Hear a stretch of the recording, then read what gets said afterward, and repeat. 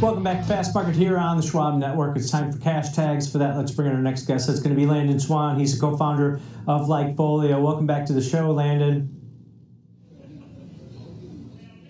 Do we have Landon?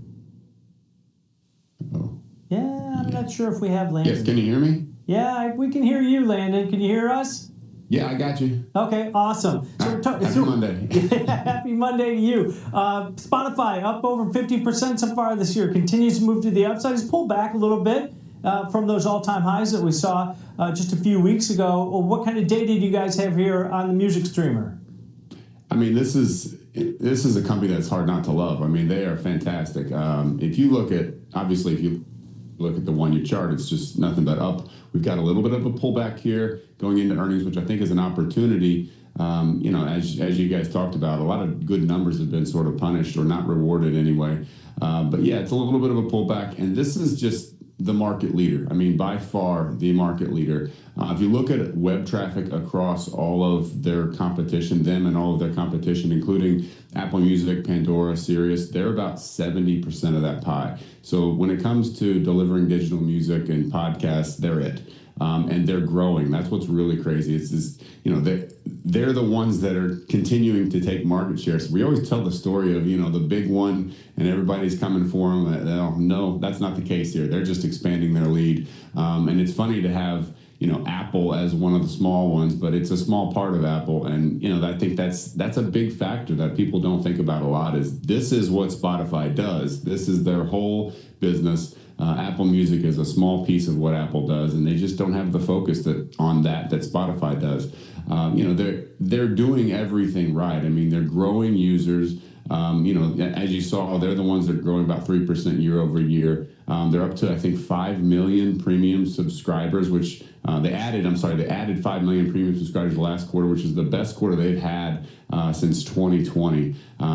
Their margins are growing unbelievably. I mean, if you look at their total gross margins, they're up 31. They're at 31%, up 4%. Their premium margins are at 33, up 3%. And even their ad tier, that's what's really kind of cool. That one's growing significantly. Huge growth from that one. So everything they're doing is pulling in more users and continuing to get a lot of money from users, but doing it more efficiently. And I think that's really the key. One of the things that we look for at LikeFolio is companies that are using the big trends as a tailwind. And obviously a big trend right now is AI.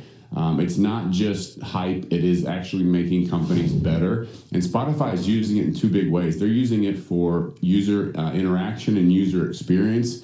You've got the AI DJ, they've got playlists, they've got all kinds of different things where they're using AI to make it a better experience for the user. And then they're also using it on the back end to create updates faster, to make their processes more efficient.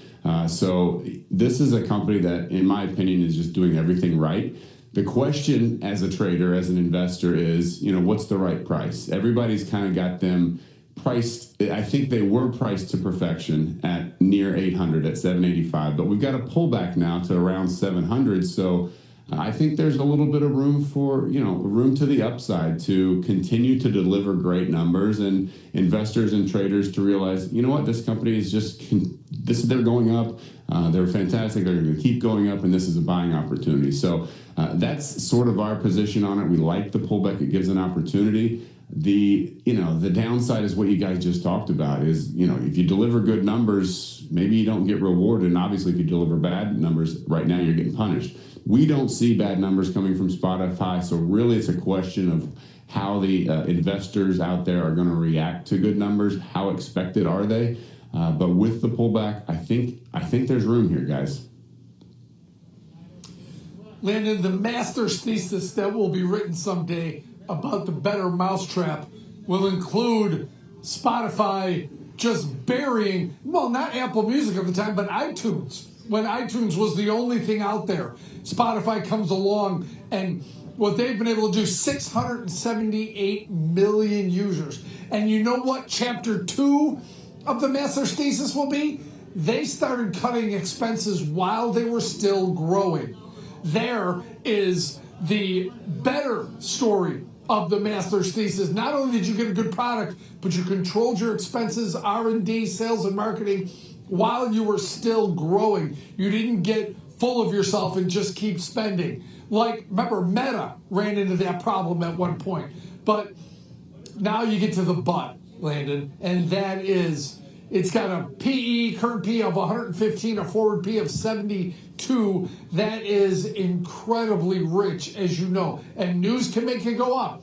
Podcasts, audiobooks, still putting good product out there. And AI, I can tell the AI in my Spotify feed because of the songs that it suggests for me. You can tell AI is reading the data and making decisions. So they're doing everything right, but is the stock priced for absolutely no chance they can make a mistake here? Yeah, I mean, it might be. It definitely was at 785, and I tell you, if it were trading at 785 right now, I'm neutral. I think that's just too much. But right at 700, it's pulled back more than 10% from those highs.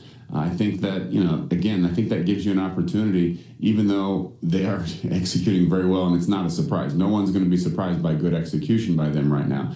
But they're in a very good spot, like you said. I mean, they've got $8 billion in cash. They added $500 million last quarter. They're doing fantastic. And the fact that they're actually cutting back on marketing, cutting back on expenses, while increasing the rate at which they gain customers, tells you that they are really focused on the quality of the product. I think that they have to be, because that's what got them there. As you said, it's the better mousetrap. They came in and they just delivered things in a way that no one had seen before, and they just did it better. And I think that's ingrained in this company, is the way to success is to have a great product, not necessarily to go out and tout it and market it, because if it's a great product, then everybody's going to use it, and they're going to tell their friends, and they're going to get it. I mean, this is one of those products every entrepreneur dreams of, where the entire world could be a user. There's no specific niche that wants to hear music. Everybody likes music, podcasts, video, all that. So the fact that they can just build a better mousetrap, as you say, that's, I think, ingrained in their culture and what they do. And so if they're able to cut costs while gaining users, then it's just an even better win. And so, yeah, they've got audiobooks, they got podcasts, they got music. Now they're actually, their video is growing at about 44% year over year. So the time people spend on video is now growing. So they're getting into that as well. I just think the upside for this company long term is huge. I'm an investor, and full disclaimer, I'm an investor, but I think that this earnings report is a decent opportunity to make a little money. I think they're more likely to go up than down. I don't think it's a home run, but because of the pullback, I do think there's room to the upside. But worst case scenario, if you happen to own this one for a year, I think you're going to be happy in a year. Yeah, we've seen that in Netflix post earnings also. Great report, great outlook, but lofty valuations, as Kevin mentioned, will come into play on this one. All right, great stuff. As always, Landon, appreciate it. Thanks, guys. All right, that's Landon Swan, co-founder of LikeFolio. Kevin, you mentioned